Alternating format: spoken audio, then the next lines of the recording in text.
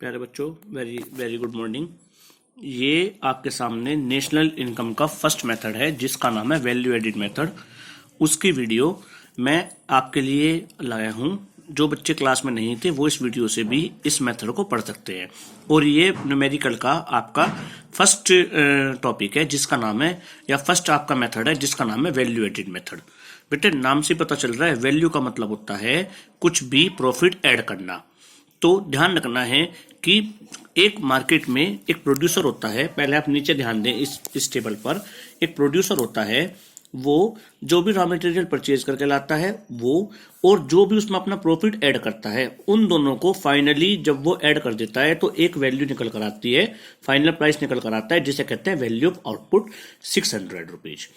ऐसे ही आप देख रहे हैं जितनी भी ये वैल्यूज है, इन सबको कॉस्ट जितनी आई है प्लस प्रॉफिट, इनको जोड़कर जो भी मार्केट प्राइस निकल कर आता है, फाइनल प्राइस मार्केट में जब गुड्स एंड सर्विसेज जाता है तो जो भी मार्केट प्राइस निकल कर आता है उन सबको आप क्या कहते हैं, वैल्यू ऑफ आउटपुट बोलते हैं। लेकिन क्वेश्चन ये उठता है कि वैल्यू एडिड मेथड होता क्या है। देखो बेटा, in this method goods and services which are supplied in the market, इस मेथड में जो भी गुड्स एंड सर्विसेज मार्केट में सप्लाई की जाती हैं उन सब का टोटल करके हम GDP MP gross domestic product at market price calculate करते हैं, जो कि हमारा नेशनल इनकम को कैलकुलेट करने में हमारी हेल्प करता है। दोबारा से समझ लें, in this method the goods and services which are supplied in the market are summed up to find out the gross domestic product at MP. और जीडीपी एमपी का दूसरा नाम होता है GVA MP, gross value added at market price. अब question ये उठता है कि वैल्यू ऑफ आउटपुट क्या होता है, या इंटरमीडिएट कंजम्पशन को मैं पहले आपको एक चीज बता दूं बेटा, जो मैंने आपको ये बताया था कि इंटरमीडिएट कंजम्पशन की जो भी आपकी वैल्यू होती है वो कभी भी वैल्यू एडिड मेथड में इंक्लूड नहीं होती, तो उसको लेस कर दिया जाता है। तो उसके बाद आप देख सकते हैं फॉर्मूला आपके सामने निकल कर आया है, value of output is equal to, या value added is equal to value of output minus intermediate consumption. तो आप यहां साफ देख रहे हैं वैल्यू ऑफ आउटपुट आपकी 3600 थी और उसमें से आपने रॉ मटेरियल की वैल्यू घटा दी, तो जो आपका प्रॉफिट टोटल निकल कर आया है, सबका टोटल करने के बाद वो 1000 रुपीज निकल कर आया है। या आप चाहें तो इंडिविजुअली भी कर सकते हैं। जैसे मान के चलिए पहली वैल्यू है आपकी 600, इसमें से अगर आपने 200 रुपये लेस कर दिए तो आपका 400 जो है फर्स्ट वैल्यू का आपका क्या निकल कर आ गया, वैल्यू एडिट निकल कर आ गया। इसके बाद में आप देख सकते हैं कि अगर आपको क्वेश्चन में वैल्यू ऑफ आउटपुट गिवन नहीं है तो वैल्यू ऑफ आउटपुट के लिए आपको एक फॉर्मूला लगाना पड़ेगा, सेल्स प्लस डेल्टा स्टॉक। आप देख सकते हैं वैल्यू आउटपुट को निकालने के लिए एक फॉर्मूला लगा हुआ है, sales plus delta stock. Sales का मतलब होता है ओवरऑल सेल्स, जितनी भी फर्म में जो भी प्रोडक्शन किया है उसमें अगर जितनी उसकी क्वांटिटी हमने प्रोड्यूस की है उनको आपस में मल्टीप्लाई कर देते हैं तो सेल्स निकल कर आ जाती है। और अगर आपको क्वांटिटी आउटपुट भी गिवन नहीं है लेकिन आपको दिया हुआ है sales within domestic territory plus sales to rest of the world, इन दोनों को भी ऐड करके आप सेल्स को निकाल सकते हैं। उसके बाद में आता है डेल्टा स्टॉक। बेटा डेल्टा स्टॉक को चेंज इन स्टॉक भी कहा जाता है, जिसका फॉर्मूला होता है closing stock minus opening stock. तो आपको ध्यान रखना है, जब आप क्लोजिंग स्टॉक में से ओपनिंग स्टॉक को लेस कर देते हैं तो आपका डेल्टा स्टॉक आ जाता है। तो वैल्यू ऑफ आउटपुट में आप देख सकते हैं आपके सामने दोनों वैल्यूज आ गई, सेल्स प्लस डेल्टा स्टॉक। अब क्वेश्चन उठता है कि इंटरमीडिएट कंजम्पशन कैसे कैलकुलेट करते हैं। तो बेटा ध्यान देंगे, इंटरमीडिएट कंजम्पशन मैंने आपको बताया था, जितना भी रॉ मटेरियल होता है वो सारा का सारा इंटरमीडिएट कंजम्पशन में आता है। फिनिश गुड्स कभी भी इंटरमीडिएट कंजम्पशन में इंक्लूड नहीं होता। तो अगर आपको इंटरमीडिएट कंजम्पशन डायरेक्ट नहीं दिया हुआ है, आपको दिया हुआ है purchases of raw material with in the domestic country, कि आप अपनी कंट्री में कोई भी परचेज कर रहे हैं रॉ मटेरियल को, आप रेस्ट ऑफ द वर्ल्ड भी कहीं से परचेज कर रहे हैं, या आप इंपोर्ट कर रहे हैं रॉ मटेरियल का, मशीन्स का इंपोर्ट कर रहे हैं, या एक्सपेंडिचर कर रहे हैं फ्यूल एंड पावर पर, तो वो सारा का सारा भी आपका ओवरऑल इंटरमीडिएट कंजम्पशन में आता है। बेटा ध्यान रखना, एक्सपोर्ट ऑफ मशीन कभी भी इंटरमीडिएट कंजम्पशन में इंक्लूड नहीं होता, क्योंकि एक्सपोर्ट हमेशा फिनिश गुड्स का होता है। तो आपको ध्यान रखना है कि आपके जो इस फॉर्मूले में या इस चैप्टर इस मेथड में आपके 2 फॉर्मूले अप्लाई हो रहे हैं।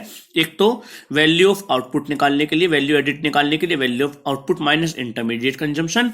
वैल्यू ऑफ आउटपुट अगर आपको गिवन नहीं है, sales plus delta stock, sales भी गिवन नहीं है, quantity into price, delta stock, closing stock minus opening stock, और इंटरमीडिएट कंजम्पशन जो मैंने आपको सारा बता दिया। जितना भी रॉ मटेरियल आप कहीं से भी परचेज करके लाए हैं, कितना भी इंपोर्ट करके लाए हैं, उन सब का टोटल इंटरमीडिएट कंजम्पशन में आता है।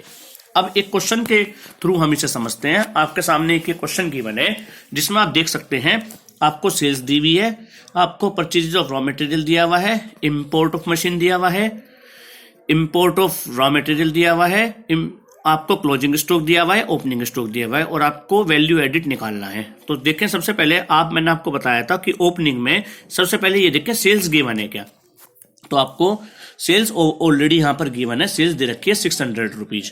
तो आप क्या करेंगे बेटा, सेल्स को आपने ऐसे कैसे लिख लिया और फिर आपको निकालना है डेल्टा स्टॉक। तो डेल्टा स्टॉक का मतलब होता है change in stock, closing stock minus opening stock. तो आप देख रहे हैं कि आपका क्लोजिंग स्टॉक और ओपनिंग स्टॉक को जब मैंने लेस कर दिया तो आपका आ गया 30।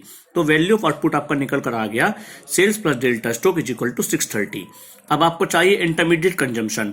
इंटरमीडिएट कंजम्पशन डायरेक्टली नहीं दिया हुआ है, लेकिन मैंने आपको बताया था जितना भी रॉ मटेरियल होता है, जितना भी इंपोर्ट होता है, उन सब का टोटल इंटरमीडिएट कंजम्पशन में आता है। तो आपने purchases of raw material plus import of raw material plus import of machine आपने ऐड कर दिया तो आपकी दोनों वैल्यू निकल कर आ गई आपकी 500। तो आ गया आपका इंटरमीडिएट कंजम्पशन और वैल्यू आउटपुट आ गया आपका 630। अब आपको निकालना है GDP-MP जो मैंने बताया था, gross domestic product at market price. तो आपने फॉर्मूला लगा दिया value of output minus intermediate consumption. तो आप देख रहे हैं आपने दोनों को लेस कर दिया तो आपका 130 रुपीज आपका आंसर आ गया। ऐसे ही एक और क्वेश्चन आपके सामने दिया हुआ है, कैलकुलेट इंटरमीडिएट कंजम्पशन। आपसे इंटरमीडिएट कंजम्पशन पूछा जा रहा है और आपको डायरेक्ट अब की बार वैल्यू ऑफ आउटपुट दे दिया। तो आपको सेल्स प्लस डेल्टा स्टॉक की जरूरत नहीं है, आपको ऑलरेडी इंक्लूड करके वैल्यू ऑफ आउटपुट इस क्वेश्चन में दे दिया गया है। लेकिन आप ध्यान दें यहां आपको एक चीज दिया गया है NDPFC, net domestic factor cost, net domestic value added eight factor cost. तो आपको क्या करना पड़ेगा, आपको NDPFC से GDP-MP में जाना पड़ेगा। तो बेटे जो चीज कैलकुलेट करते हैं वो हमेशा आता है इस साइड। तो ग्रोस से नेट में जाने के लिए हमेशा ध्यान रखना है, ग्रोस से नेट में जाने के लिए डेप्रिसिएशन को प्लस करते हैं, डी आपका सेम है, पी भी आपका सेम है। आप मार्केट प्राइस से फैक्टर कॉस्ट पर जा रहे हो, मतलब आप ज्यादा से कम की तरफ जा रहे हो, तो आपको क्या करना पड़ेगा बेटा, आपको NIT को ऐड करना पड़ेगा जिसमें आपका आता है इनडायरेक्ट टैक्स माइनस सब्सिडी। और अगर आपको एक्साइज ड्यूटी दिया हुआ है तो वो भी बेटे ऑलरेडी आपकी इनडायरेक्ट टैक्स में इंक्लूड होती है। तो आप देख रहे हैं कि आपने इन सबको कन्वर्ट कर दिया तो आपका GDP-MP आ गया 110। अब आपको देखो GDP-MP का फॉर्मूला आपको पता है value of output minus intermediate consumption. तो जब आपको GDP-MP वैल्यू आपको दिया हुआ है 110, वैल्यू ऑफ आउटपुट आपको 200 आपको पता है, तो आपको इंटरमीडिएट कंजम्पशन आपने इजिली इससे नोट कर लिया। तो बेटे ये आपका पूरा एक मेथड था। बाकी फर्दर क्वेश्चंस मैंने आपको दिए हुए हैं, आप उन क्वेश्चंस की प्रैक्टिस करिए। जो कोई प्रॉब्लम होगी वो अगली क्लास में डिस्कस करेंगे।